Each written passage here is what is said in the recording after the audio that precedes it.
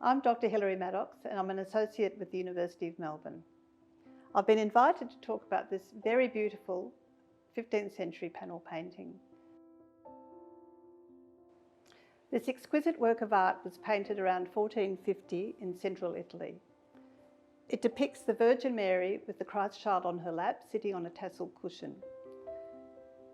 To her left, on our right, is St Anthony Abbot, sometimes known as St Anthony of Egypt, and on her right, to our left, is St Francis of Assisi. This small panel would have been painted as an object for religious devotion, the small size suggesting that it was made for a private chapel. The two saints represented in the panel were both widely venerated in the 15th century. St Anthony, who was the founder of monasticism, was a 3rd century saint, and here he was easily recognised by his attributes, which are the bell and the crook. St Francis of Assisi is recognisable by his brown robe, his tonsured head, which means it's shaved at the top, which is a symbol of humility, and his sandals, also showing his humility.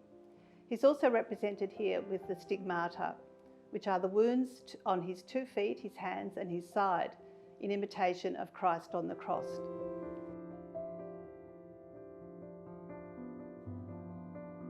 On the Virgin's lap, the Christ child is behaving like any squirmy infant.